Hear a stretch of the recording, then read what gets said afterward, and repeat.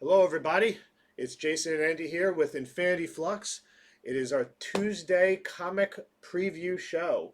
We sat down and we read all the new comics that are coming out. Well, not all of them, Not but all of them, because this week was a lot. a large degree of them. All the ones that you see here, plus many that we have to the side that we're going to go over.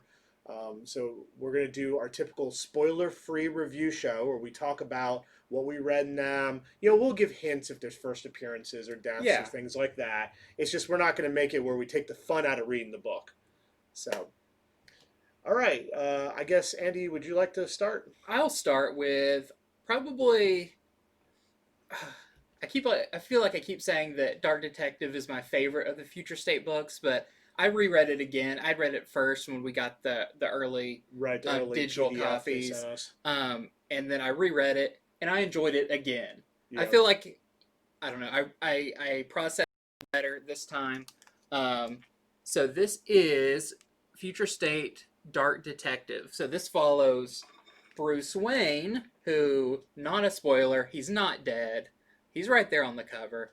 Um, so this takes place in the pretty one of the most near. I think this one's 2030. 2030. 2030. Yeah, because the earliest stuff is 2025, Yeah, and this is 5 years in because at some point during it, yeah. they think Bruce Wayne's dead. Yeah, so this definitely, I really feel like this one picks up on a lot of the story points that have been going on in the main Batman title right now. So, with Bruce Wayne losing all his money, was a big plot point. It's not a spoiler anymore. That you've had plenty of weeks to read, where he got his fortune stolen by the Joker.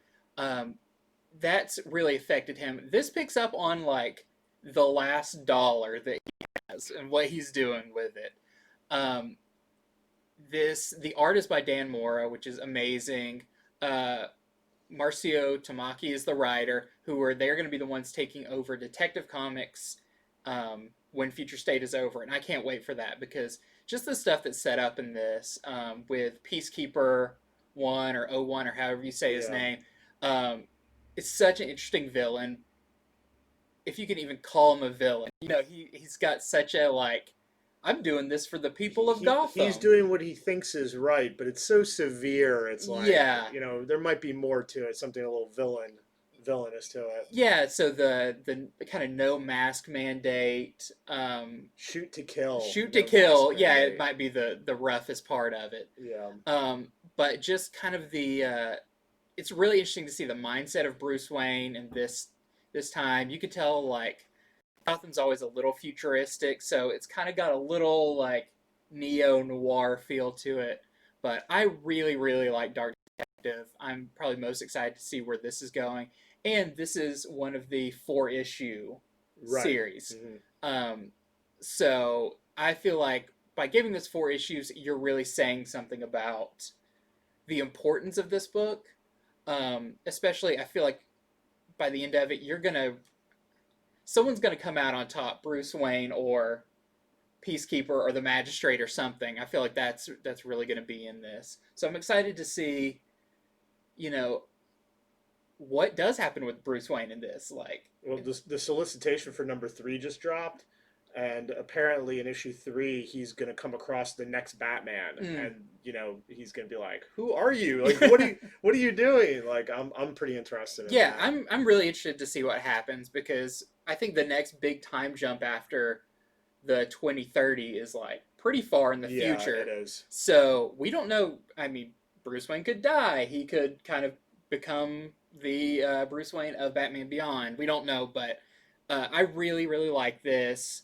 Um, and it had a couple of variants this week. So we have the John Paul Leon variant. You see Batman's super cool new street costume that It's sort of Bat armor light. it's like he can't even afford to put a bat on it. He has to like spray paint it or something now. I like where he's living in that Yeah. now.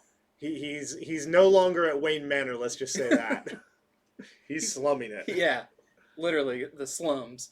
And then we have the Wonder Woman 1984. This is the Art Germ variant, which almost looks like a photo, but really, really cool.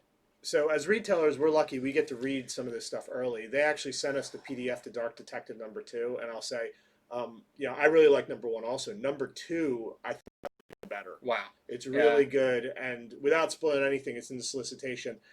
Bruce Wayne tries to unravel the mystery of how did they know he was Batman. Yeah.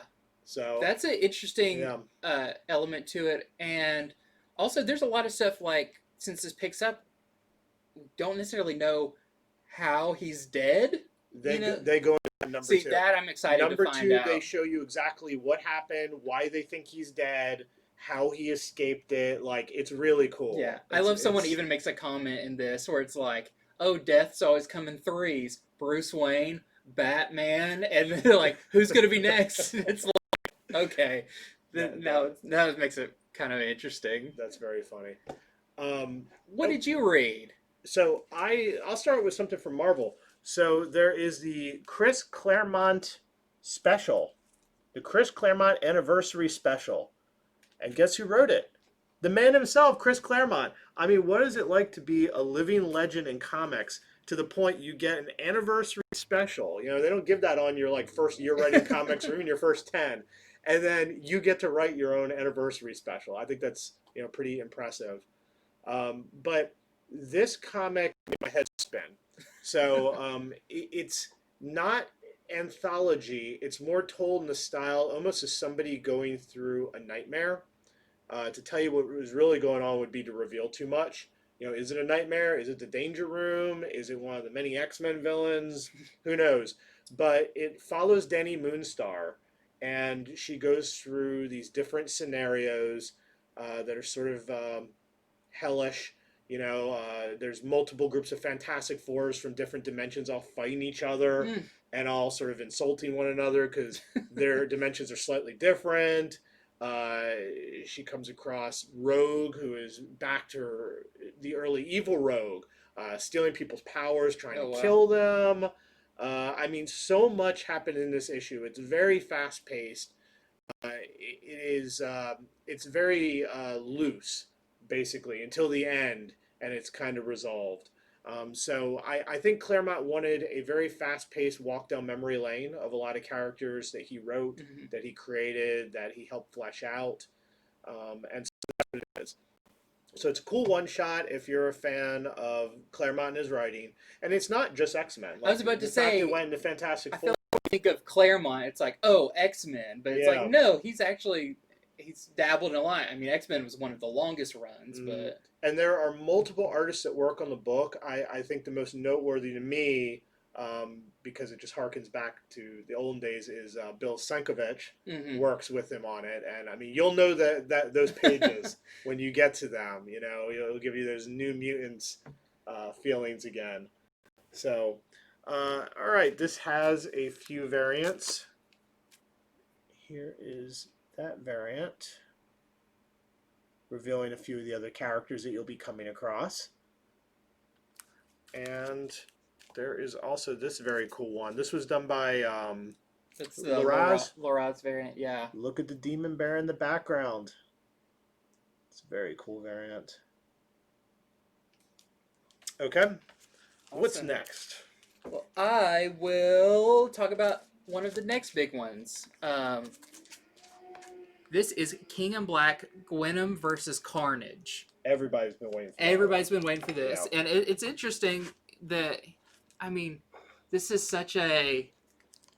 Ghost Spider-Gwen or whatever, has really, like, come into her own now. Like, we don't no longer think of her as kind of a knockoff character. She is a staple in the Spider universe.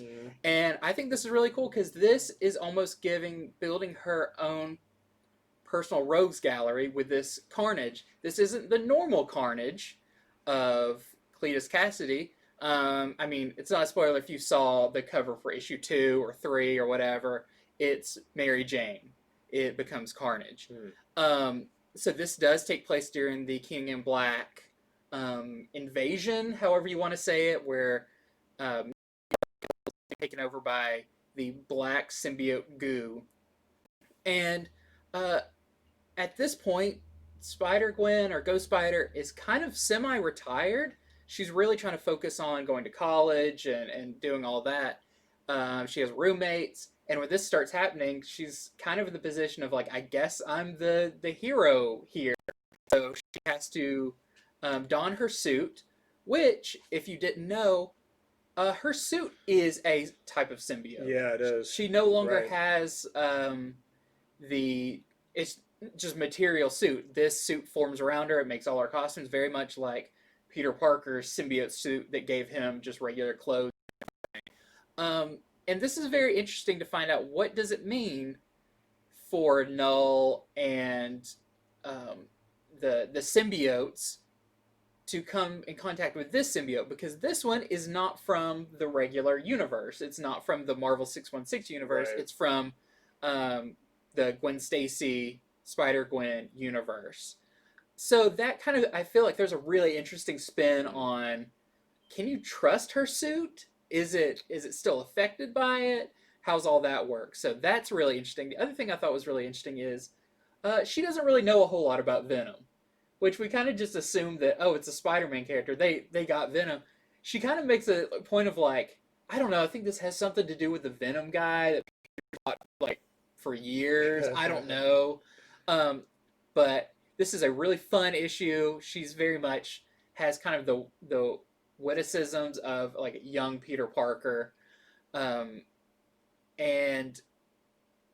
it's cool to see her kind of her fighting style and how she takes on these dragons and everything, because she definitely gets in there and fights.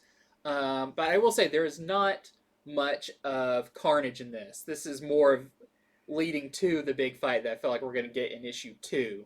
So you could call this a cameo, and then the next one be a first appearance. I'm not sure how we want to word it, but I still definitely recommend picking this up because it's so fun. It's such a dark story. She's definitely like a bright character. Yeah, I know. We have a lot of people signed up for that Yeah, one. so super fun issue. You showed me the end of it, and it did look like a semi-major cameo appearance. Yeah. That's what we'll say. And there is the variant. Quantities are very limited, but really cool. And you see her suit there, I mean, is the Gwenom suit. It's not the white Spider-Gwen Ghost Spider suit. Okay, so I will do a future state one. So I actually reread, because we read this weeks ago, Future State Justice League #1. So this is a two-parter. Most of the Future State things are two-parters. Just Next Batman and Dark Detective are 4-parters. Those are the main ones that break away from that. So this is interesting. It is the first appearance of the new Justice League. That is Yara Flor as Wonder Woman, the next Batman, I won't reveal who that is, Jonathan Kent as Superman, Andy Curry as Aquawoman, and the Multiverse Flash, who is a new Flash. So, and of course, Joe Mullen as Green Lantern. You see her up there in the corner. So, very different team than the old Justice League. That's what I'll say. I think the most interesting part of reading it is seeing how they interact and just how different their Justice League runs. It is a lot more business. They don't really know each other as well. A few of them do. Like, they kind of show how some people in the team are real owners and other people know each other. But in general, the teammates don't know each other, and they even seem to have rules against getting to know each other too well. Yeah, I saw some website posted an article about like how they're not necessarily like, they don't want them to interact too much or get to know each other too much. So does this mean, are they an official Justice League? They are. They're like a sanctioned Justice League. And They're not just you come can together. tell because this is future state. So this is set in 2030. So it's 5 years in the future state. They've been the Justice League for some time. This isn't like, it's our first mission, how are we going to do? The writing is comfortable enough that you feel like they've been together for several years and things have kind of settled with them as far as the roles and who does what. And it's just different than before. They're almost like co-workers. Like, they don't necessarily know much about each other's personal lives. They just... It seems like they might have gotten some advisement or learned something from the past Justice League about that. They don't Okay. go into it fully. Maybe issue 2 will, but it's a very different dynamic for this Justice League. Um, so without spoiling more, I would say, what happened to all the villains? What happened to, Mm-hmm. um, you'll have to read to see. There's a new villain group sort of bubbling up, doing it in a very insidious way though. Right as they introduce this new Justice League, they start making you wonder who you can trust, Hmm. which is pretty interesting. So there's a backup story in it as well. The backup story, not that it's going on at the same time. It's like Mm-hmm. you read the one story and then there's a second story. It follows a new Justice League Dark, which is another interesting team up. It's Hmm. mostly older characters, but some of them have not been on the same team very often or at all. So I do recommend it. I think it was a very cool read. It's got a few variants I'm going to show off. So here is one of the variants. And then we have the Wonder Woman 1984 variant. It's the Jim Lee variant. Yep. I would say if Jim Lee likes drawing anything, it's Rain. Yeah, He yeah, really he likes likes to draw Rain. He's very good at it. It's just, I mean, that guy, I picture when he starts drawing, he just goes like so all the little fast. droplets Yeah. bouncing off. So So I want to talk about one that I don't know if you might call it like a sleeper big book, because I beforehand I didn't hear too many people talking about this one. yeah, it wasn't ordered as much as it should Yeah. have been, I think. So this is Future State Teen Titans. This is a super interesting book. I kind of had the feeling that this was going to be big. When I read the digital copy that we got a month or so ago. I can confirm. You did say that way back then. You were like, "This one's going to be big." I was like, this seems like, I don't know. For one, it's really well written. I feel like it is very easy to follow. Have some mysteries that are really interesting, but and it feels familiar with the characters, uh, very much with Dick Grayson and Starfire. They are very much like the classic versions of those characters. So I really enjoyed that. There is a lot of new characters in this too, which I think is kind of what caught people off guard. Like a bunch of new characters. A lot. Like you talking about, like first appearance city in this Yeah. issue. And I think that's really interesting because we do know this is going to lead into Teen Titans Academy, or Titans Academy. I can't remember if it's got the teen on there. Where we know that the older ones, like Cyborg, Beast Boy, Starfire, Raven, and Dick Grayson, are going to kind of train the next recruits of the Teen Titans. I think this is kind of the future of that, where there are some of those characters first appearing in here and what they kind of what they become and with their roles, and they're a little bit more familiar with each other at this point. But you've got a lot of interesting characters. Like one is Brat Girl, not Batgirl, Brat Girl. Here the R. Yeah, I'm really interested. You don't know much about like what their power sets are or their backstories, but that's kind of the fun mysteries that leaves you with, is like, who are all these people? Like, clearly Dick Grayson knows all of them. He calls them by name. He kind of orders them around, but we don't know much. We don't really see them kind of take on a threat or anything. But the other big part of this is a very personal story about Dick Grayson and what his role is, kind of a post Future State world, whatever kind of fallout there was in the Titans Tower. We do know that a lot of the Teen Titans have died. He seems to be feeling really guilty about that, and he's kind of he's pushing himself to the limits, taking on roles that aren't that you haven't seen him in. There's some flashbacks that kind of set up a lot of that. We do know that this is the first in continuity appearance of Red X. That's a big one. Everybody's That's a very big one. Jumping to grab this Yeah, issue over Red there. X, who is a character that was actually first introduced in the Teen Titans cartoon show on Cartoon Network. had never appeared in like an in continuity, not like a tie into the TV show. So the element with that character is very, very interesting. Um, and this plays a lot off of that. We do know in the show that Red X was Dick Grayson. Like that was a known thing. That was just like an episode or couple episode arc. Um, and it's almost like some of that's in continuity because it's brought up like, hey, Dick Grayson, you were Red X, right? And he's like, yeah, that was a little period I went through. But there's a lot of mysteries in this. So I am very, very interested in seeing where this goes. I think this is one of the best Future State books. And I'm really excited about Titans Academy that's going to come later and flesh out all these characters. Um, Also, there's a character Gorilla Greg, and I just gotta tell you about that because Gorilla Greg, great character. We think he may be related to Gorilla Grog. Yeah, but Grodd. Grodd, but Gorilla Grodd, but he's just Greg. Unconfirmed so far.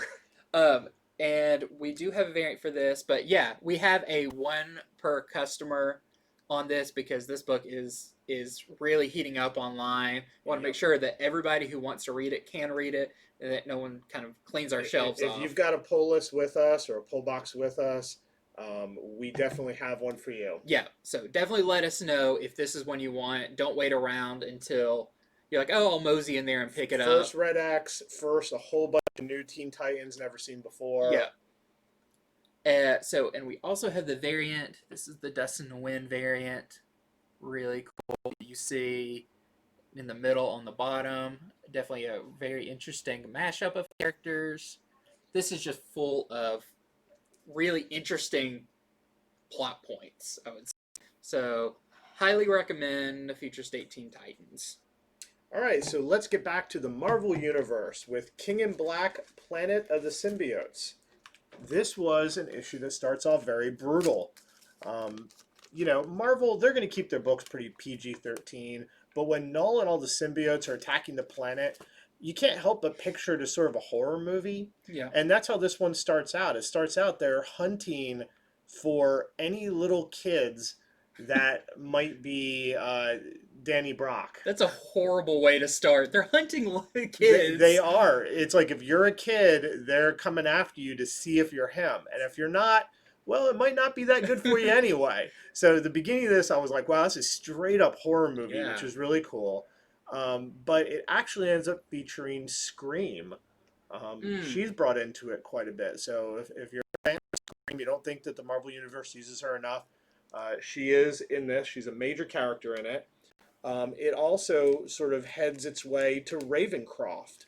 I read all the Ravencroft stuff that was coming out, and I thought it was very cool. It's really important to the Marvel Universe recently, it feels like. It is. It has a lot to do with Carnage.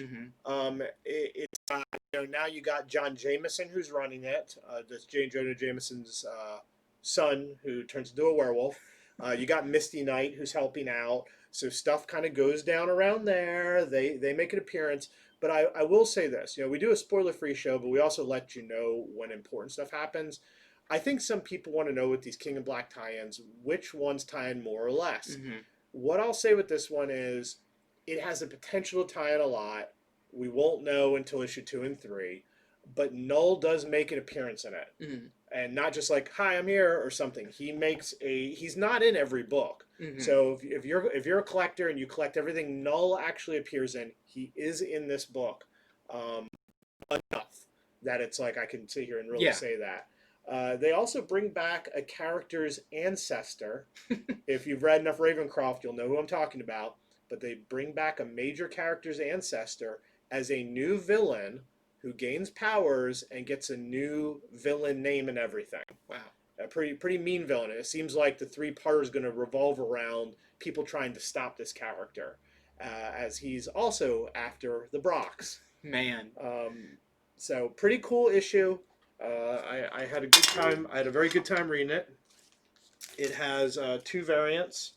So first off, we've got the Kyle Hotz variant. I feel like you got to stare at that one for a while to pick out all the different characters that are on it.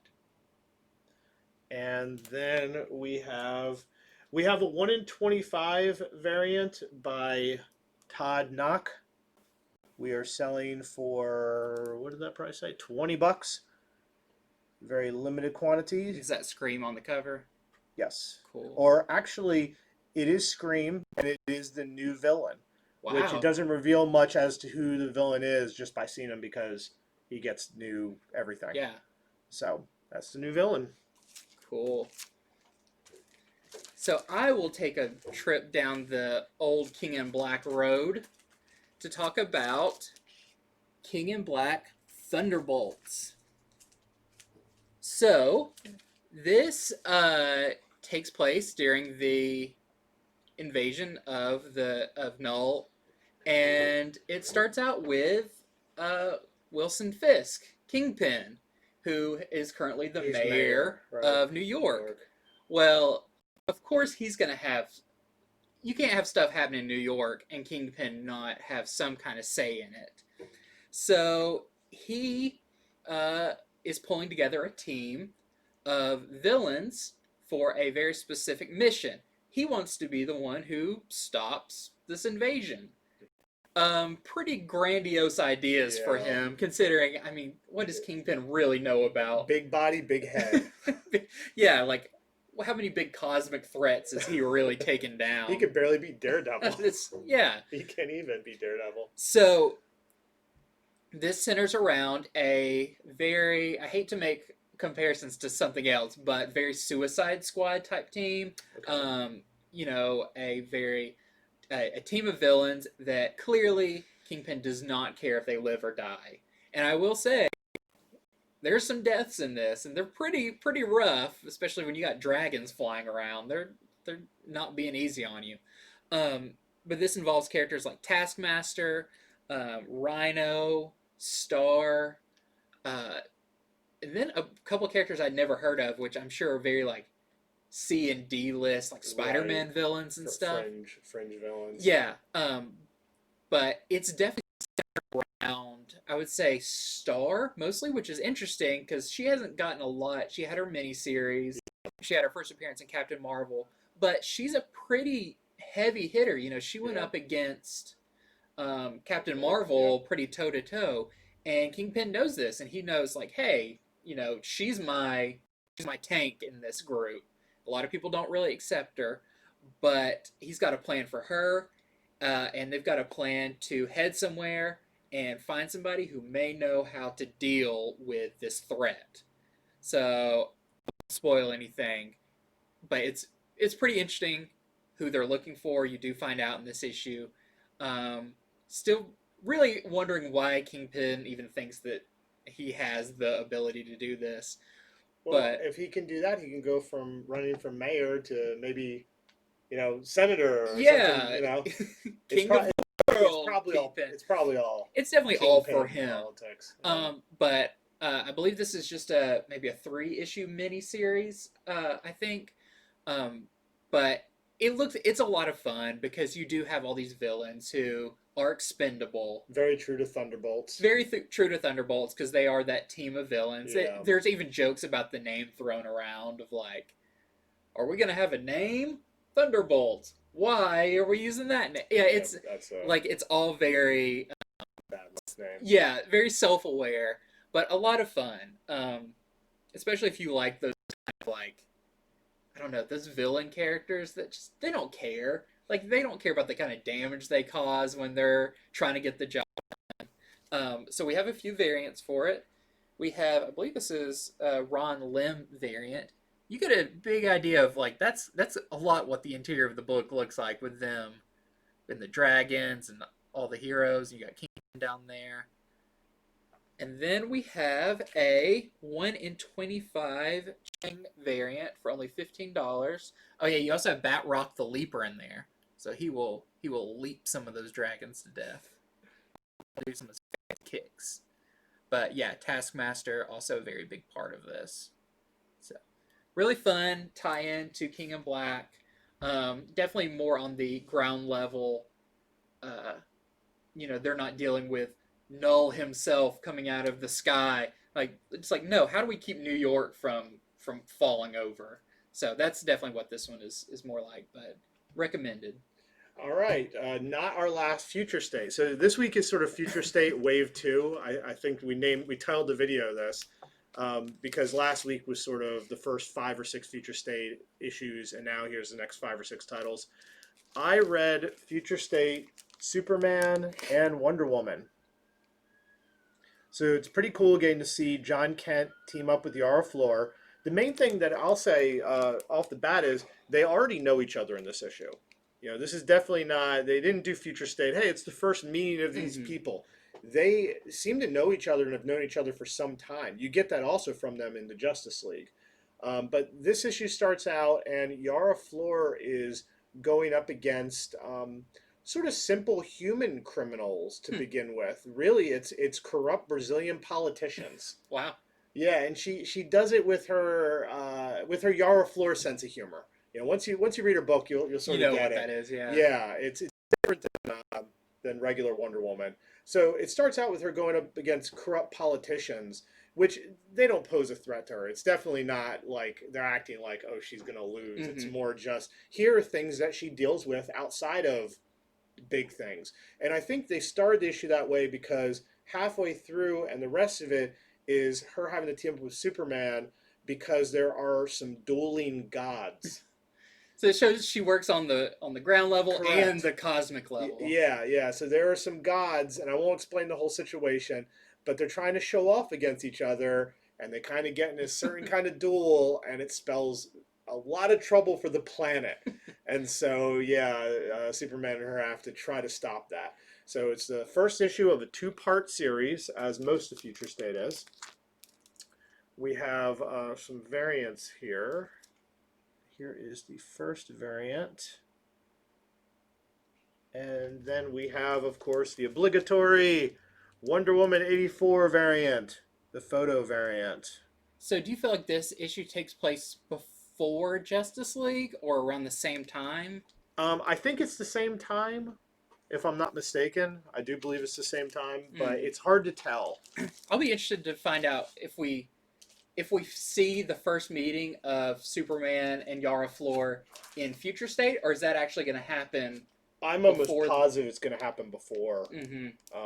So that'll be cool to see. Yeah, I mean, it would slow the books down to have these characters have to be like, "Who are you?" Yeah, all these introduction issues. Yeah. So. Okay, let's see. I will talk about next one that I was really excited for. This is Kara Zor-El, Superwoman. I feel like Kara in the Future State world is a really interesting character.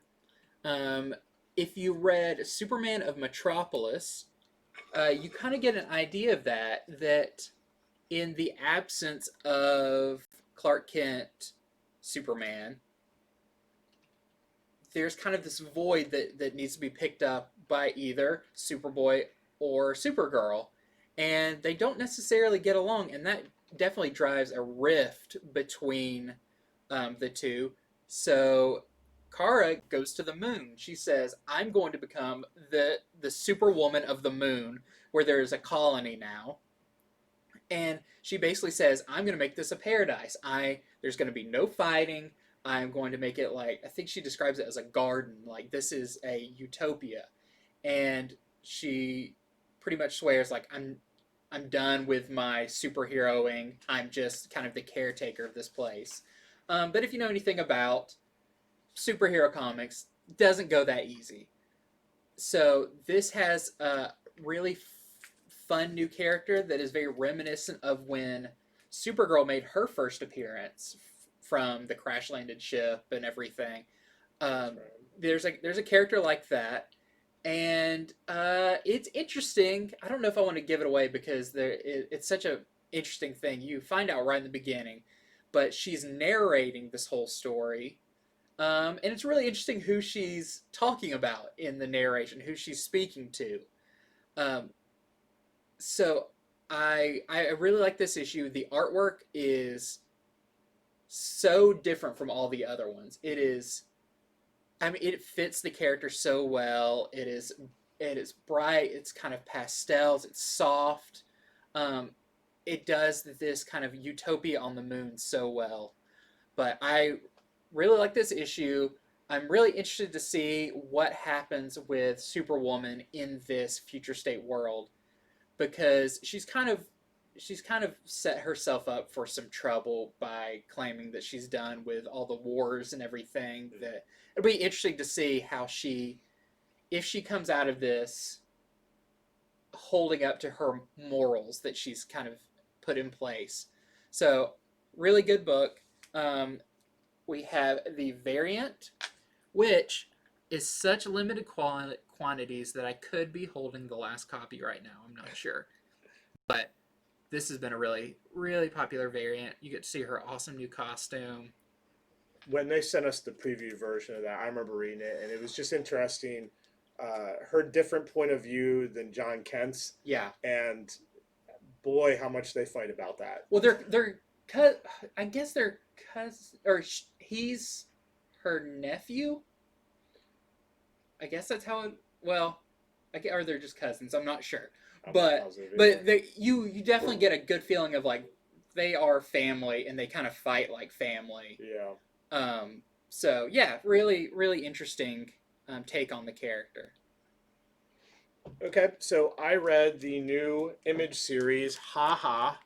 I was wondering how you were gonna say it. W. Maxwell Prince. You know what I like? So you might be able to see it in the corner there. By Ha Ha. He trademarked it.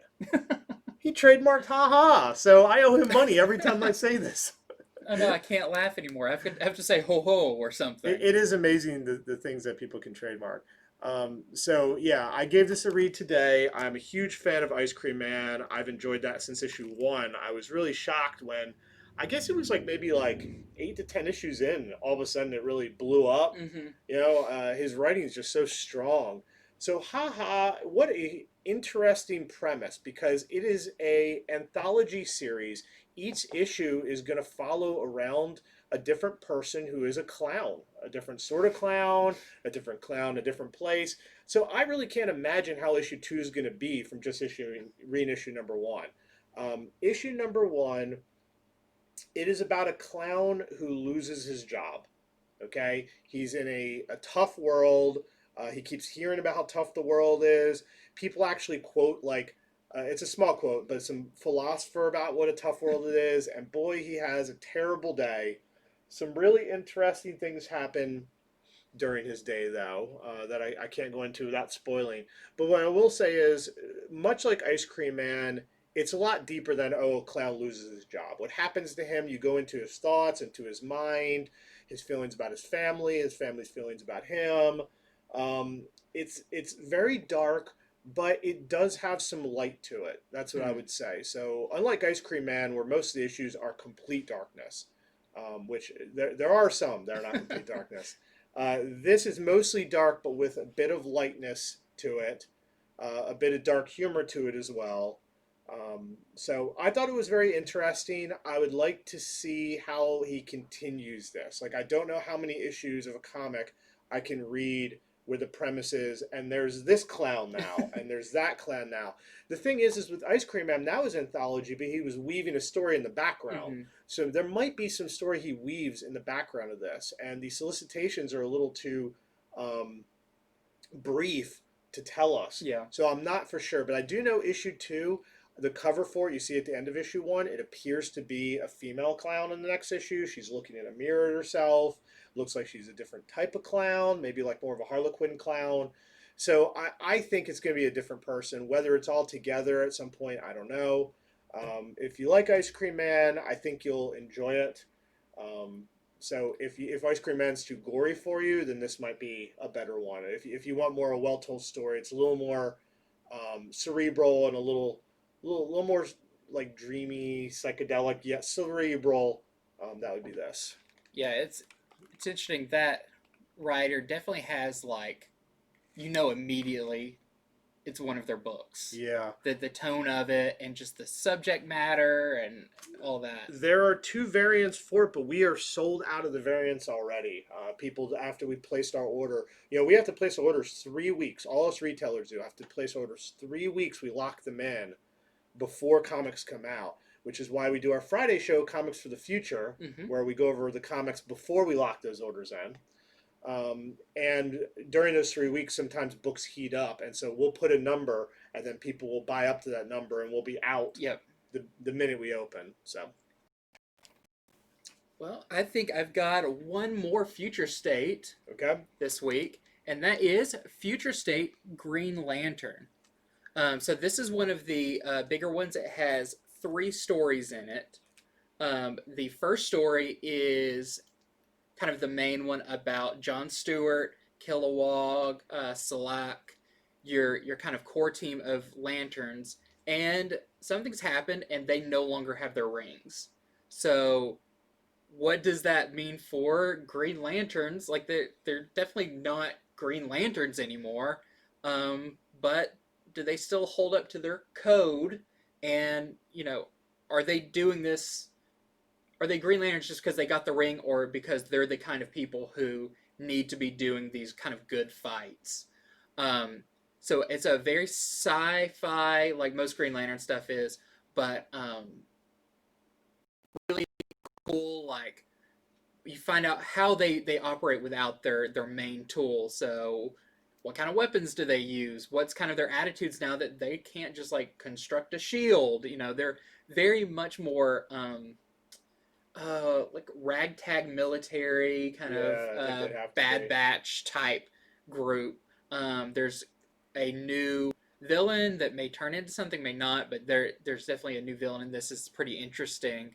The story I really liked in this one was the second one about Jessica Cruz, who is a Green Lantern that I really like. I feel like when Jeff Johns introduced her in Justice League and then into the Green Lantern series, she just has a very kind of modernized story, and this really expands upon that character building, and it's very reminiscent of like Alien, the Ridley Scott Alien, where there's a lot of time spent in an old ship hiding in air ducts that are conveniently big enough for someone to crouch in. But and these aren't in different universes, so the same thing has happened, like where the rings don't work and everything, and people have been kind of stranded in different places. And this is kind of her, how she's dealing with that, what is also on the ship with her, and what does that mean for kind of the bigger story. It's a shorter story because there are 3 stories in this one, so I don't want to give away too much because there's not a whole lot in it, but I really enjoyed the Jessica Cruz story, which is the second one in that. I would definitely even recommend picking it up just for that one, because I feel like that one's really a standout. And the third story is about Guy Gardner, who is... Doesn't he like open a bar or something? He's opening his Heroes Bar again. It's a thing he had many years ago in the Green Lantern comics. It's kind of a place after the Lanterns go on their missions, they can come and just relax and tell stories and everything. And he's going to try to attempt to reopen that on a planet, and how that goes. It's a lot of Guy Gardner being Guy Gardner. Very polarizing to the people he comes in contact with.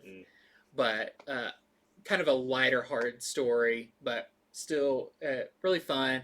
And if you've been kind of yearning for some Green Lantern, because we've only had the one series where for so many years we had multiple Green Lantern series. This is definitely much more like your classic Green Lantern stories. If you liked stuff like Hal Jordan and the Green Lantern Corps and Green Lanterns with Simon Baz and Jessica Cruz, it feels very much like that time frame of Green Lantern stories. The mystery of where the Green Lantern rings went, that's interesting, because I will say in Justice League, Joe Mullen's in it, and she has a ring and it works. So and I have been reading outside of our stuff. I also read news and speculation, all that there is a thing where the Green Lanterns, they definitely lose their rings, and it's apparently for a while. Yeah. So I don't know if Joe's the only one with one, or they all don't have it. Yeah, so. Yeah, it's been a while, and so they've had to definitely cope with this kind of new way of living. Here is the variant cover, which is interesting because at first you're like, oh yeah, it's Green Lantern, but that's John Stewart, but no ring, and you have Kilowog, and you have Oh, what's his name? The one that looks like a dog. From Justice League International. Yeah, I can't. Oh, I forgot his name, but he's on there. So really interesting take on the Green Lanterns that still feels like Green Lanterns without the lanterns or the rings. So, a very indie book I read this week is called Space Bastards.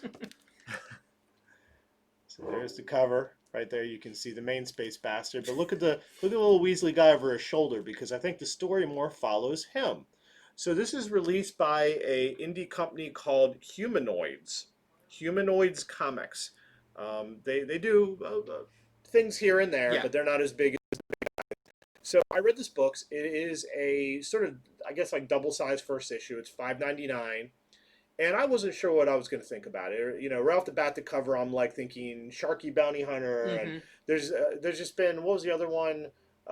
We've got Scumbag. Yeah, right Scumbag. now. Right. There just seems like there's been a slew of these books coming out, sort of about bad characters in the future, Kind of sort Lobo of. characters. Yeah. Got a real '90s feel, as Mhm. many things have these days.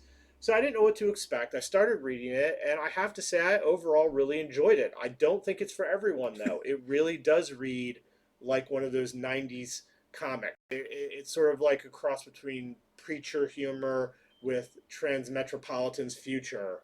And a lot of comics, you can't get away with that these days. No. But for an indie comic, it felt like the people making it were having a lot of fun. The art was really good. The page stock it's on is really good too. That really shocked me. They paid extra for really good paper.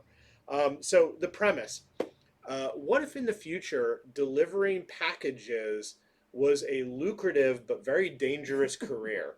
And it hasn't been. It's not revealed if these packages are illegal or not. It doesn't seem like it is. It just seems like now that things are interplanetary, it's harder to get them around. And so basically, the people who are the mail carriers fight with each other over delivering these things to the point that they kill each other. But if you get one delivered, you make tons of money. I mean, it's like a whole bunch of money. Well, anyway, this little sort of Weasley guy, he loses his job as an accountant. His wife leaves him. Everything's going bad. So he says, he throws caution to the wind. He joins up. He's like, I'll do this. Well, it's a lot harder than he expects. This issue, a lot happens in it. It's a very linear storyline of them trying to get one package delivered and all the things they have to go through, all the betrayal, a lot of violence, but it's very clear violence. It's not like, oh, did that just happen? You get to see it all. I had fun reading it. It reminded me of a lot sort of the darker actiony Vertigo comics that I read back in the '90s and early 2000s. But I wouldn't say it's for everybody. So if that sounds good to you, check it out.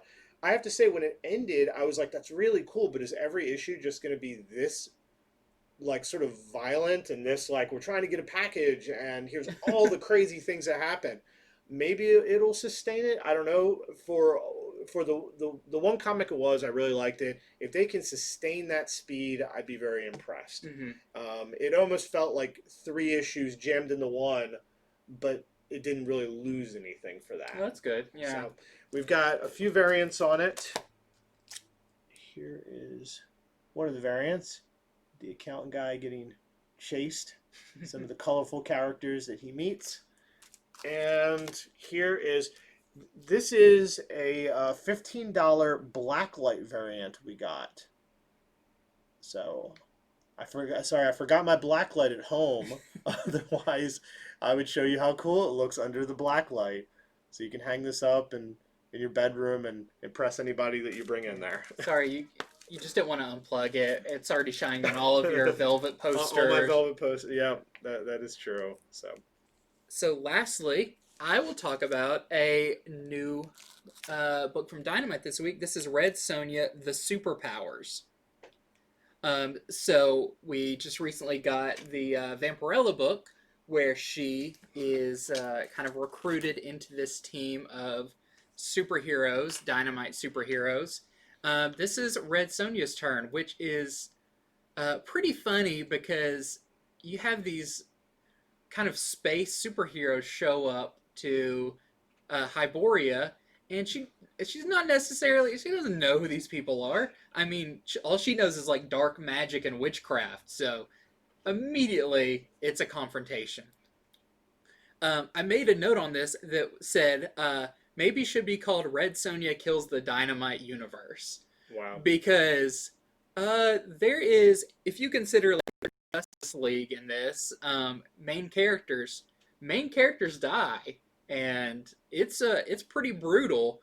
But I mean, what do you expect when these kind of idealistic coiffed hair superheroes go to this age Yeah, of the just Conan world. brutality? A lot of fun jokes are made about, they see Red Sonja and they're like, can we run a diagnostic to see if a metal bikini is actually beneficial for armor and stuff like that? Like, a lot of like, we know what we're talking about here. We know this is Red Sonja. We get the idea that this is absurd, but done in a very lighthearted way. Um, but it is violent because it is Red Sonja with a sword swinging it. Um, Yeah, I'm assuming this is a miniseries. I believe it is, but I couldn't find how many issues it was going to Right. be, because this and the Vampirella one kind of run parallel. Yeah. Uh, That feels like 5 or 6. One yeah. one trade paperback worth. But what's really interesting about this is it's written by Dan Abnett, who, if you're a fan of Guardians of the Galaxy, like, he's one of the Dan Abnett's one of the main kind of people who reconstructed the Guardians into what we know is in the movies. Him and Andy Lanning created that. So this has like real big talent behind it, and someone who is very good at dialogue, very good at scripting. A lot of characters, a lot of like fun teams, a lot of witty dialogue between those teams. So this isn't just like a throwaway, oh, this is just a funny one-off thing. It's like, no, it feels like they got some really good people in. The art's really good, the writing's really good, and on top of that, they've got some really cool variant covers. So a big one is this Yoon variant cover. Yeah, that one's awesome. And I will not tell you if some of those characters on the cover die, but they might. Reminiscent of sort of Alex Ross style. Yes, very much like the Kingdom Come that, cover. Yeah, as a compliment in every way.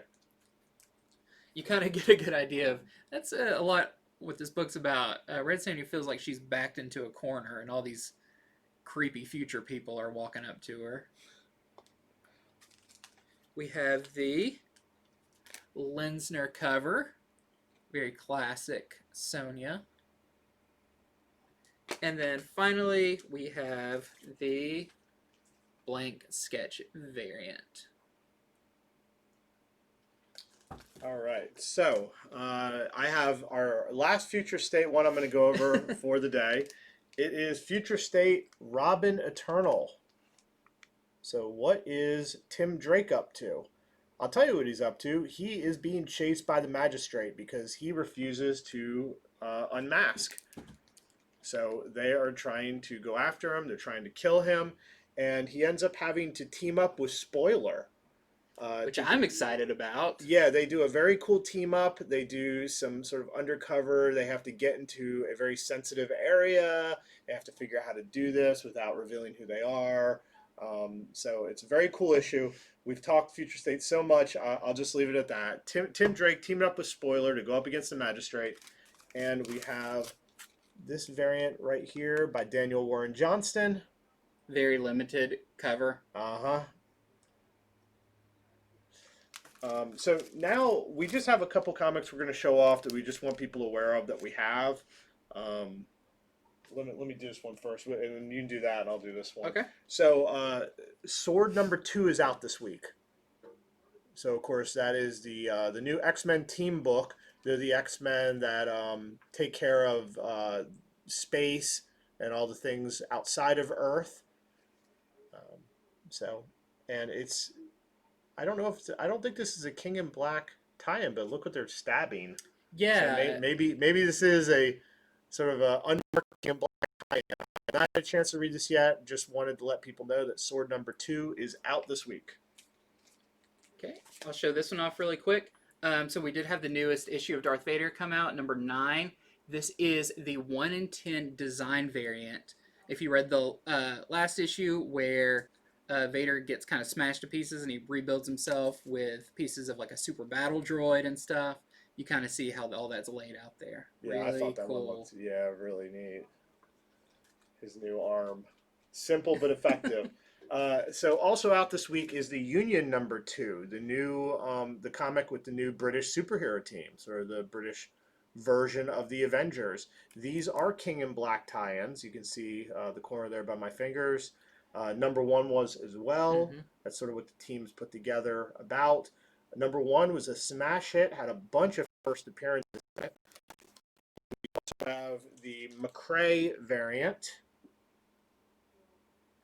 And lastly, we have for $10 the 1 in 10 design variant featuring one of the new characters, the Choir. So, okay, that is our show for today. Ooh, Yep. get ready for some big weeks coming up because we are full steam back ahead to big weeks in comics. I mean, with DC doing Future State and just everything being just new, different, fresh, like it or not, it gives us all stuff to talk about. Yep. And then with Marvel doing King in Black, indie has been strong, very strong for the last, I'd say at least 6 months. So it's been easy to have some big shows now that we're past the holidays. Yeah, holidays slowed it down a little bit, but did not take them long to get it back up. Yep. So thank you all for tuning in and watching our show. We do this every single Tuesday. We read the comics and we go over them early, trying not to spoil too much. Every Friday you can tune in and we do a show called Comics from the Future, where we review comics that are coming up while they are still open order. So weeks you'll find we've already talked about all these comics back when you could have ordered as many as you want, and we probably said, hey, this one's going to be a big deal, you might want to order it. I know I definitely talked about Future State Teen Titans back then, where I said this is going to be big, there's going to be a lot of new characters in it. You did, because we had already read it at that point too, so that was really great. So anyway, thank you all for tuning in. Whether you watch us on Facebook or you watch us on YouTube, we appreciate it. Give us a like or subscribe, and we will see you next time.